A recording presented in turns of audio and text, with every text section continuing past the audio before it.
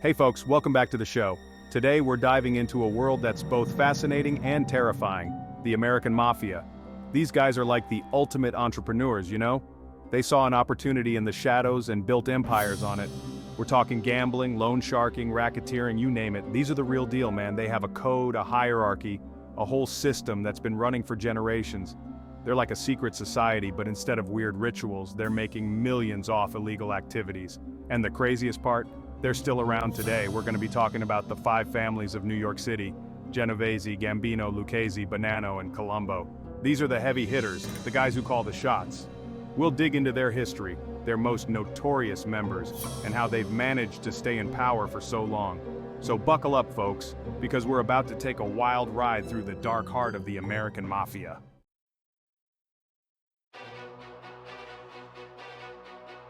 First up, we got the Genovese family. These guys are known as the Ivy League of the Mafia.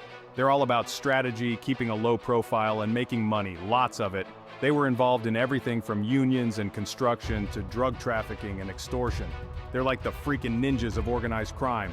They fly under the radar, but they're always there, pulling the strings from the shadows. They had this legendary boss, Vito Genovese, who was as ruthless as he was cunning.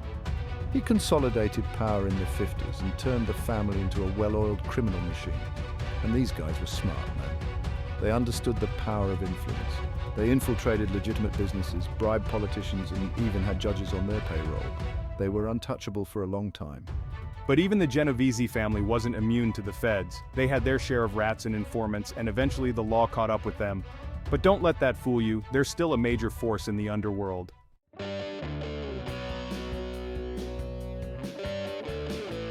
Alright, moving on to another powerhouse of the New York underworld, the Gambino family. Now, these guys were a different breed. They were flashier, more flamboyant, always in the headlines, and nobody embodied that more than John Gotti, the Teflon Don. Gotti, man, he was like a rock star gangster. He loved the attention, the power, the fame. He was always dressed to the nines with his slicked back hair and expensive suits. He was a media darling, even though everyone knew he was a ruthless mob boss. He took over the Gambino family in a bloody coup, whacking the old boss, Paul Castellano, outside Sparks Steakhouse in Manhattan. It was a bold move, and it sent a message. John Gotti was not a man to be trifled with. And for a while it seemed like he was untouchable.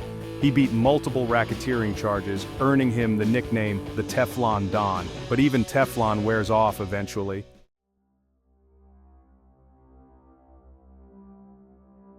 Alright, so we're back, and this time we're diving into the Lucchese crime family. This family is one of the 5 families that dominated organized crime in New York City during the 20th century. Their story is a fascinating blend of ambition, strategy, and a relentless pursuit of power. Now these guys are fascinating, man. They might not have the same level of notoriety as the Gambinos or the Genovese, but their influence and operations were just as significant, if not more so, in certain areas. They're not as flashy as some of the other families, but don't let that fool you. Their low-key approach was actually one of their greatest strengths. They preferred to operate under the radar, avoiding the kind of attention that brought down other families. They're like the silent assassins of the Mafia world, operating in the shadows, pulling strings, and amassing serious power. Their ability to stay out of the limelight allowed them to build a robust and enduring criminal empire. They started out small, like a lot of these families with roots in the early 20th century. The Lucchese family, originally known as the Gagliano family, began its journey in the bustling streets of East Harlem. They were known as the Gagliano family back then, operating out of East Harlem. This area was a melting pot of cultures and a breeding ground for organized crime, with various ethnic groups vying for control and influence. It was a tough neighborhood, man, full of immigrants trying to make a living, and these guys, they saw an opportunity. The Gagliano family capitalized on the chaos and competition, carving out a niche for themselves in the criminal underworld. They got their start in the garment industry, which was booming in New York City at the time. The garment district was a hotbed of activity, and the Gagliano family saw the potential for both legitimate and illegitimate business ventures. But they weren't content with just sewing clothes, man. They quickly realized that there was more money to be made in controlling the industry through extortion and racketeering. They began to exert influence over the garment workers' unions and the businesses that relied on them. They saw the potential for profit in extortion, rackets, you name it. These guys were ambitious. They expanded their operations to include loan sharking, gambling, and other lucrative criminal activities. Their reach extended far beyond the garment district, touching various sectors of New York's economy. And they were smart about it too.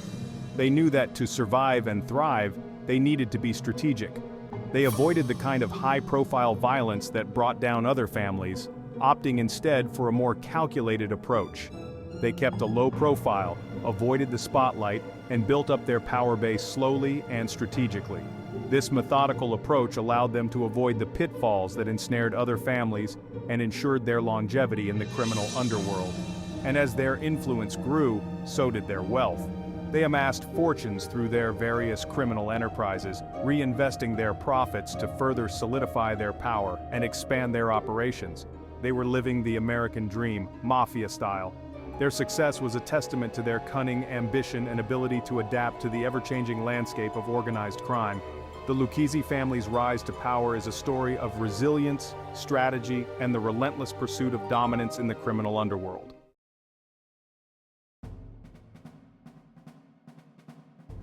All right, so we've talked about the Genovese, the Gambinos, the Luccheses, all heavy hitters, right? These families have left an indelible mark on the history of organized crime in America. Their stories are filled with power, betrayal, and a relentless pursuit of control. But today we're shifting our focus to another key player in this dark saga. Now we're diving into the Bonannos, a family straight out of Sicily, just like the others. The Bonannos brought with them a rich cultural heritage and a fierce determination to succeed. They were part of the wave of Sicilian immigrants who sought a new life in America, bringing with them the traditions and codes of the old country. They came to America with that same hunger, that drive to carve out their piece of the pie. The Bonannos, like many other immigrant families, faced numerous challenges as they tried to establish themselves in a new land. They had to navigate a society that was often hostile to newcomers, and they did so with a combination of resilience and cunning. And let me tell you, they weren't afraid to get their hands dirty. The Bonannos quickly realized that to survive and thrive in the cutthroat world of organized crime, they had to be both strategic and ruthless. They engaged in a variety of illegal activities, from bootlegging during Prohibition to drug trafficking in later years. The Bonannos set up shop in New York City like the rest of them, and they got involved in all the classic rackets: extortion, loan sharking, gambling, you name it. New York City, with its bustling streets and diverse population, provided the perfect backdrop for their operations. The Bonannos were adept at exploiting the city's opportunities and navigating its dangers. They were smart, they were ruthless, and they quickly rose through the ranks of organized crime. Their ability to adapt and innovate set them apart from other families. They formed alliances when it suited them and eliminated rivals when necessary. Their rise to power was marked by a series of calculated moves and strategic decisions. But here's the thing about the Bonannos. They had a real knack for drama. Unlike some of the other families who preferred to keep their internal conflicts under wraps, the Bonannos' disputes often spilled out into the open. This made them both fascinating and dangerous, as their internal strife could have far-reaching consequences. See, the Bonannos were notorious for internal power struggles, betrayals, the whole 9 yards. Their story is filled with tales of backstabbing and shifting alliances. Members of the family were constantly jockeying for position, trying to outmaneuver each other in a high-stakes game of power and control. It's like they couldn't help themselves. The Bonannos seemed almost addicted to the chaos and intrigue that came with their lifestyle. Their internal conflicts often mirrored the larger battles they fought with rival families, creating a web of deception and violence that was difficult to untangle. They were like the real-life Sopranos, always scheming and plotting against each other. The Bonannos' story is a testament to the complexities of human nature and the lengths people will go to in pursuit of power. Their constant scheming and plotting made them both feared and respected in the underworld. And it all came to a head with Joe Bonanno, the family's namesake. Joe Bonanno was a charismatic and ambitious leader who embodied the strengths and weaknesses of his family. He was a master strategist, but his desire for control ultimately led to his downfall. He was a powerful guy, a real old-school mafioso, but he got caught in this massive power struggle with other families and even within his own ranks. Joe Bonanno's story is a cautionary tale about the dangers of unchecked ambition. His quest for dominance led to a series of conflicts that nearly tore his family apart. It caused a huge rift in the underworld, this whole war within the Mafia. Crazy, right? The Bonanno family's internal strife had ripple effects throughout the entire criminal underworld. Their conflicts drew in other families and sparked a series of violent confrontations that left a lasting impact on the Mafia as a whole. The Bonanno story is a reminder of the volatile nature of power and the high stakes of life in organized crime.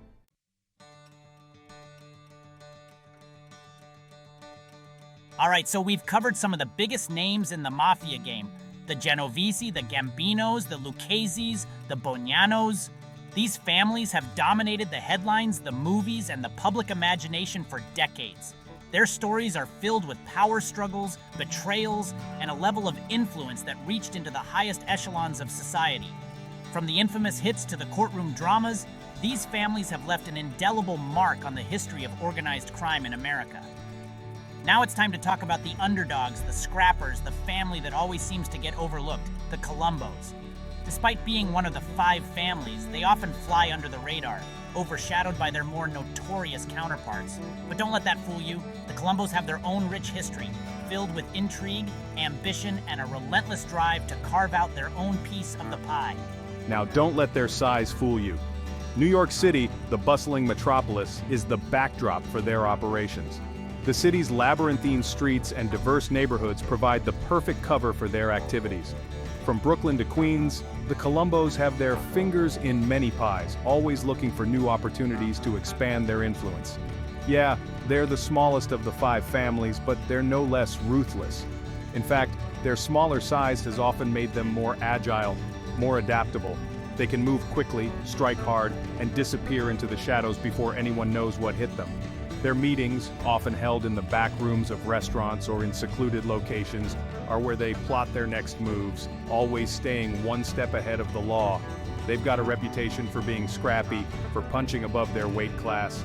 Like a boxer who refuses to stay down, the Colombos have faced numerous challenges and setbacks, but they always come back swinging.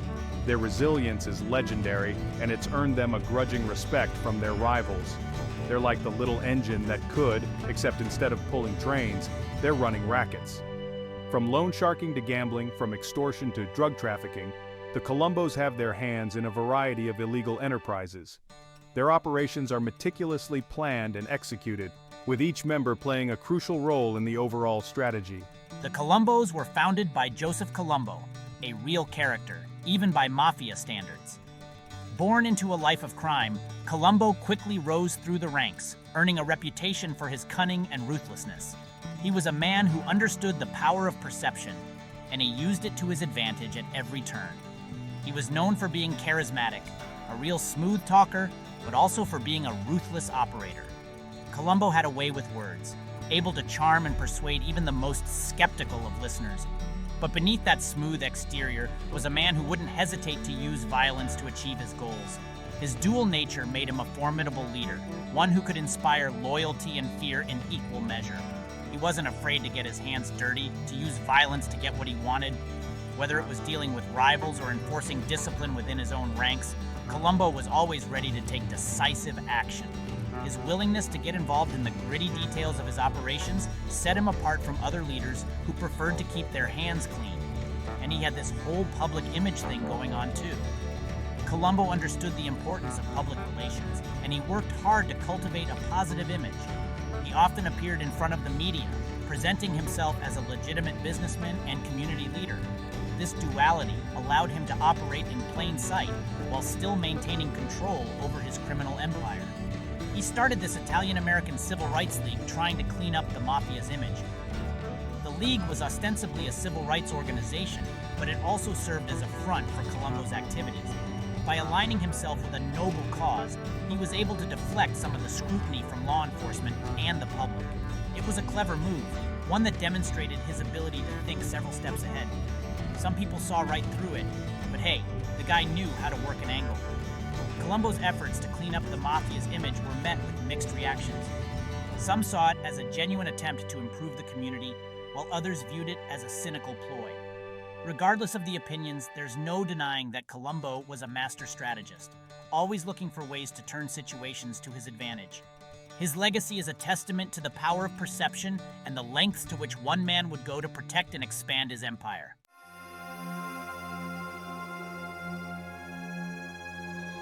So there you have it, folks, a glimpse into the world of America's mafia families.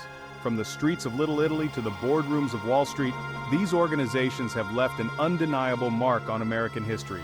We've talked about their origins, their rise to power, their codes of conduct, their rivalries, and their ability to adapt and evolve in the face of changing times.